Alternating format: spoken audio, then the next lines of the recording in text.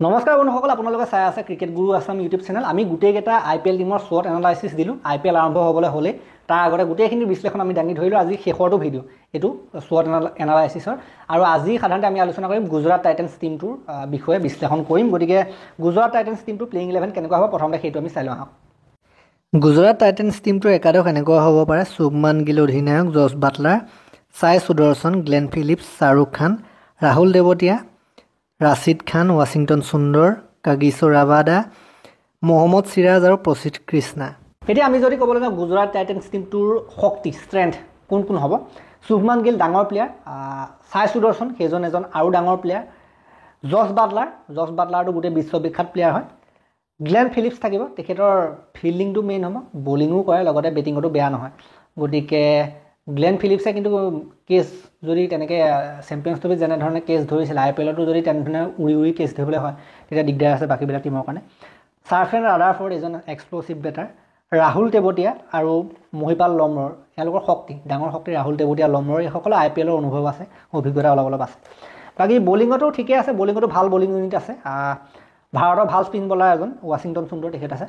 সাই কিশোৰো বেয়া নহয়, সাই কিশোৰ ভাল স্পিন বলাৰ হয়, স্পিন বলিঙত ভাল তেখেত। মহম্মদ সিৰাজ আছে, পেচ বলিঙৰ যদি আমি কথা ক'বলৈ যাওঁ মহম্মদ সিৰাজ আছে, সিৰাজটো ইণ্ডিয়ান বলাৰ ভালে। প্ৰসিদ্ধ কৃষ্ণা ভাল বলাৰ, ৰাবাডা আছে আৰু ঈশান শৰ্মা ভালে, ঠিকে আছে। পেচ বলিং ইউনিটটো ঠিকে আছে, অভিজ্ঞতা সম্পন্ন পেচ বলিং ইউনিট হয়। এতিয়া আহিলোঁ উইকনেছৰ কথা। উইকনেছ এটাই হ'ল যে তেওঁলোকৰ বেকআপ ইমান নাই। আপোনালোকে যদি প্লেয়াৰসকল চায়, যিসকল সাধাৰণতে ডাঙৰ প্লেয়াৰসকলৰ কাৰণে কিন্তু বেকআপ অপশ্যন বেঞ্চত তেনেকৈ নাই। গতিকে কাৰোবাৰ যদি কোনোবা বিশেষ মুহূৰ্তত প্লে অফৰ দৰে সময়ত যদি আঘাতপ্ৰাপ্ত হৈ যাবলৈ হয় বহুত বিপদ হ'ব পাৰে। আৰু নেক্সট আহিলে আৰু এটা আপোনাৰ ইয়াত সমস্যা থাকিব যে সিৰাজে ডেথ অভাৰত বলিং কৰিলে বহুত পিটন খোৱা আমি দেখিবলৈ পাওঁ, বহুত ৰান খৰচ কৰা আমি দেখিবলৈ পাওঁ, এক্সপেঞ্চিভ বহুত ৰান গুচি যায় কেতিয়াবা। গতিকে সেইটো এটা ডাঙৰ সমস্যা, সেইটো সিৰাজে কেনেকৈ ঠিক কৰে সেইটো সিৰাজৰ নিজৰ লগত কথা। বাকী প্ৰসিদ্ধ কৃষ্ণা যদি আমি কথা ক'বলৈ যাওঁ, বহুত দিনৰ মূৰত ঘূৰি আহিছে, তেখেত আঘাতপ্ৰাপ্ত হৈ আছিলে, আৰু বহুত দিনৰ মূৰত ঘূৰি অহাৰ পাছত আঘাতৰ পাছত যেতিয়া এজন প্লেয়াৰ আহে খেলিবলৈ তেতিয়া কিমান কি এফেক্টিভ হয়, কিমান কি প্ৰভাৱশালী হয় কোনো ধৰিব নোৱাৰে। গতিকে টাইমটো নাথাকেগৈ মানে, গতিকে এইটো চাবলগীয়া হ'ব কিমান কি কৰে। গতিকে আঘাতৰ পৰা ঘূৰি অহাটো বেয়া কথা হয় কেতিয়াবা। বাকী যি কি নহওক, এইখিনিয়ে আছিলে গুজৰাট টাইটেন্স টিমটোৰ এনালাইচিছ। আৰু এইটো টিম এটা কথা আপোনালোকে দেখিব যে এইটো টিমৰ সাধাৰণতে প্ৰতিবাৰে যিসকল ফাৰ্ষ্ট ক্লাছৰ ভাল প্লেয়াৰ হয়, ফাৰ্ষ্ট ক্লাছ ক্ৰিকেটৰ প্লেয়াৰসকলৰ ওপৰত বেছি গুৰুত্ব দিয়ে, যিসকল প্ৰথম শ্ৰেণীৰ ক্ৰিকেট ৰাজ্যিক ক্ৰিকেট খেলা প্লেয়াৰসকলৰ ওপৰত বহুত বেছি গুৰুত্ব দিয়ে, আৰু সেইটো কাৰণে বিভিন্ন সময়ত ভাল সফলতাও পায়। আৰু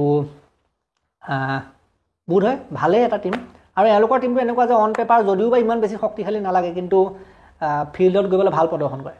সেইটো আমি দেখিছোঁ, প্ৰায়ভাগ সময়তে আমি দেখিছোঁ IPLত, যে টিমটো দেখি পেলাই আপোনালোকে ক'ব যে ইমান ভাল হোৱা নাই, টিমটো আগলৈ যাব নোৱাৰিব, কিন্তু ফিল্ডত গৈ পেলাই সেইটো টিমে বহুত ভাল কৰি দিয়ে। গতিকে মই আগতীয়াকৈ ক'ব নিবিচাৰিম প্লে অফ পাব নাপাব।